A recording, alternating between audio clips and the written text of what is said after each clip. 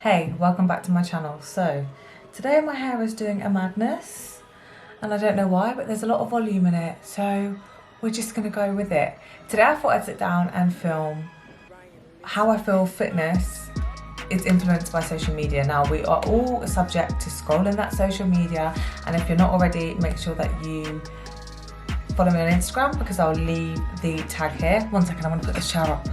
Right, there we go. I feel a bit better now. I feel like social media is a massive impact of how people portray themselves, see themselves, and I was a subject to it. I was a subject to taking screenshots of people, how I wanted to look, how I wanted to feel, how I just thought that a healthy body would be.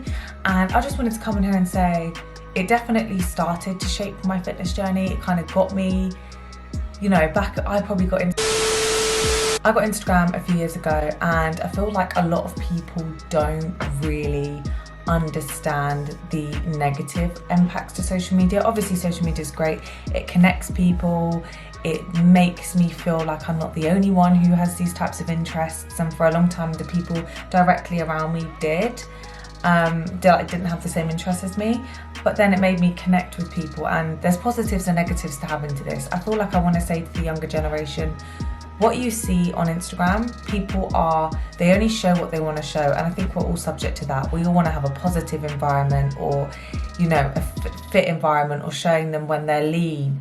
But I think people need to realise that that isn't life, and, you know, with your fitness journey, you see girls with abs and girls with big glutes and big shoulders, and I think it looks so beautiful and they've put so much work into it, and there is a large majority of people that have worked towards it, but there's a lot of people that are on performance enhancing drugs, and I'm not slating it, negatively saying anything about it. I'm literally just saying, don't believe everything that you see. And I was definitely subject to that for a long time. I was definitely there thinking, oh my god, why don't I look like that? And, you know, seeing all these people with amazing physiques and thinking, I am like slaving away at the gym and I don't look like that. So I think people, like girls and boys, you see people, influencers online, and they have amazing bodies, and yes, they work extremely hard for them, but some of them are edited, some of them are filtered, and I think the movement towards what they're trying to do and achieve with like telling you when it's filtered and telling you when it's edited is a really good movement.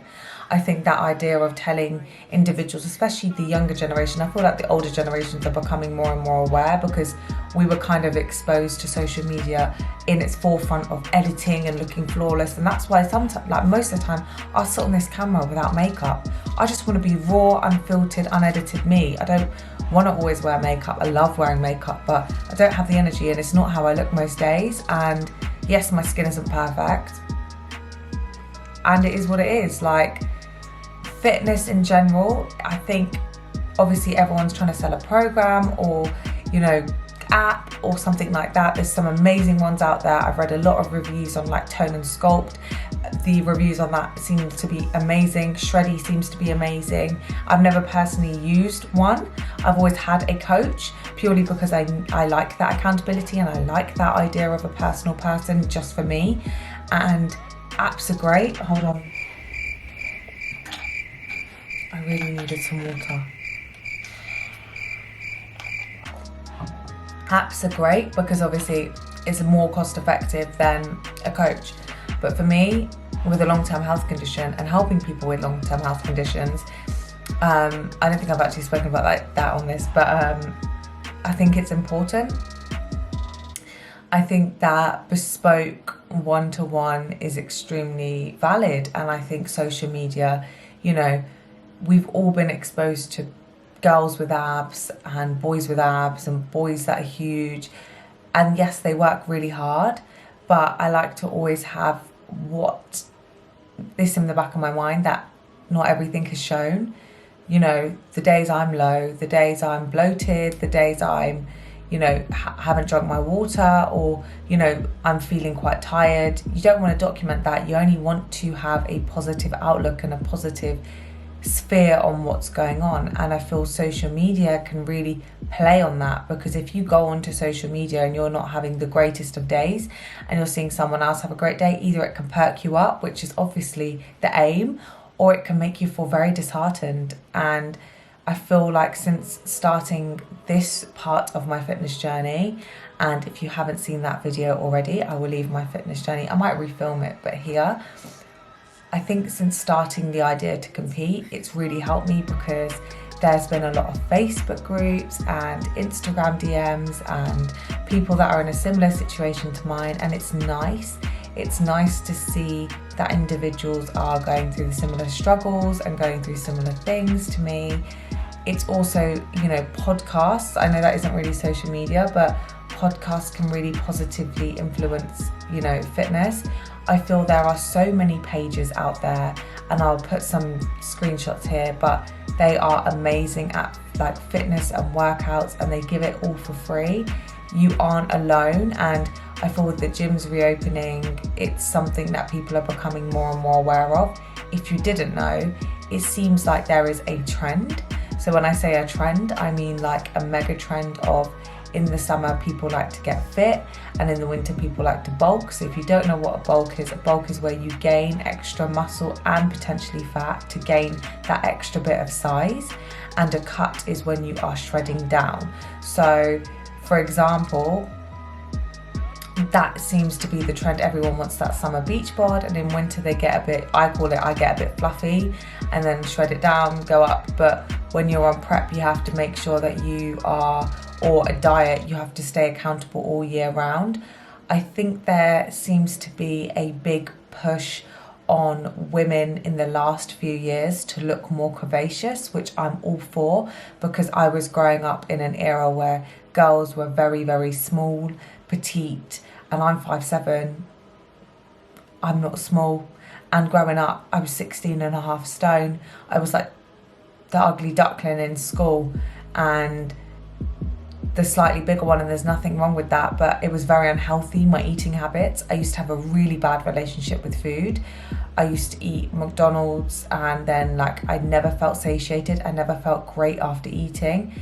And when I was a dancer, so I danced for the first 15 years, from literally 3 to 18, the only way I knew how to, if I was just educated in nutrition, and I feel like kids at school need to learn this in food tech, not, they learn about proteins, fats and carbs, but it's adequately nourishing your body with the right nutrients.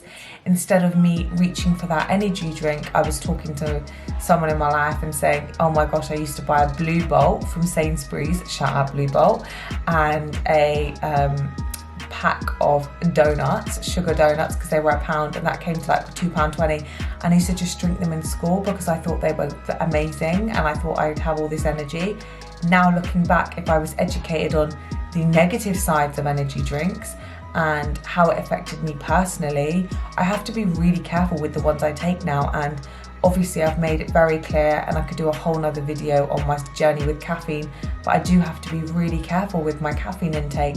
That's why most mornings I will drink lemon water, and it just helps me kind of kickstart my day, but in a positive reinforcement.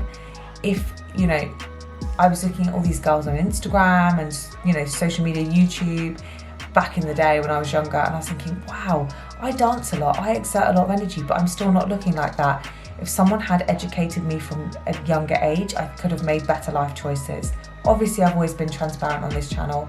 I do have a thyroid condition and it doesn't help, but social media has positively impacted me there, because there's other individuals online that seem to have an underactive thyroid. If you don't know what that is, I've done a whole video on it, but basically it's the gland in your throat, which is a butterfly.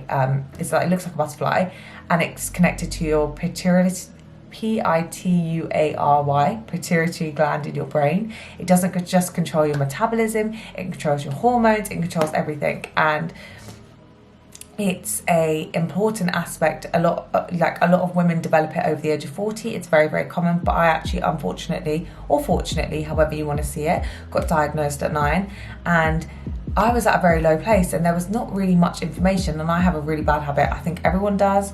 They just Google when they have something, and I was reading all these articles and I got taken off oranges and grapes. I remember really well because I used to eat a lot of fruit, and I was like 9 and I was like, why can't I have grapes? And you know, I'm seeing these girls, you know, social media, and they're just having whatever they want and I couldn't, and I was like, why can't I? And then now I've realized it wasn't that at all. It was the way I was portraying it. I feel like it's just something that I've learned to live with social media.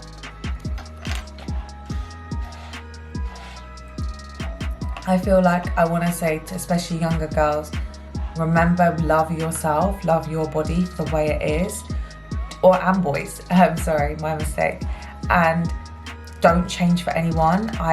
I'm really big into diversity and inclusivity. Everyone is on their own journey. Some people want to lose weight, some people want to gain weight, some people just want to develop a better relationship with food.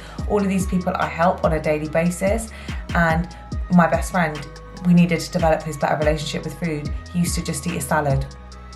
I used to be like, what was in your salad? Quinoa, tuna, no, lettuce and tomato. Yeah, and what else? Cucumber. Are you just eating water? Yeah, and then I ate at McDonald's late at night because you didn't adequately nourish your body. You didn't give it what it needed.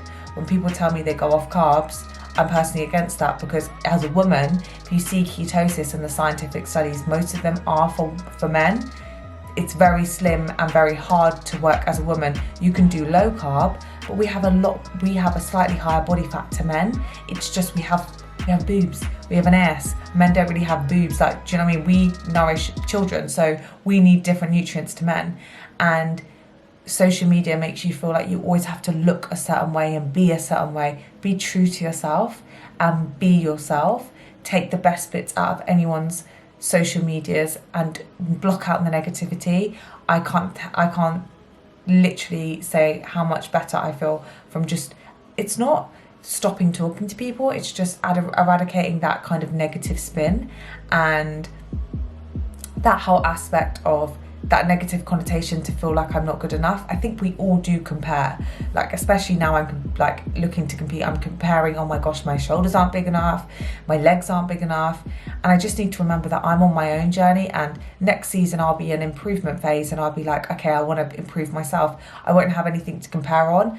I used to spend hours and hours and hours looking at all these bikini girls. I was thinking, oh my God, I'm not going to look like this. Oh my God, I'm stressing. And I thought, I'm doing this for myself. This is the only thing in my life. I'm doing it for myself. If I want to, I'm going to look as great as I'm going to look.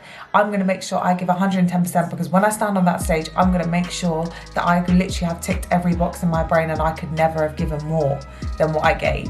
And then that is the type of person I want to give. You can apply that to anywhere in life. It doesn't matter. As long as you're given 100%, that's all that matters. So this is a very rambly, just wanted to sit down and talk about social media and just fitness in general. If you have any questions or you want to ask me anything, please Instagram DM me, and make sure you're subscribed to my YouTube channel, because I'm trying to grow this baby. So I hope to see you next time, and thank you so much for watching.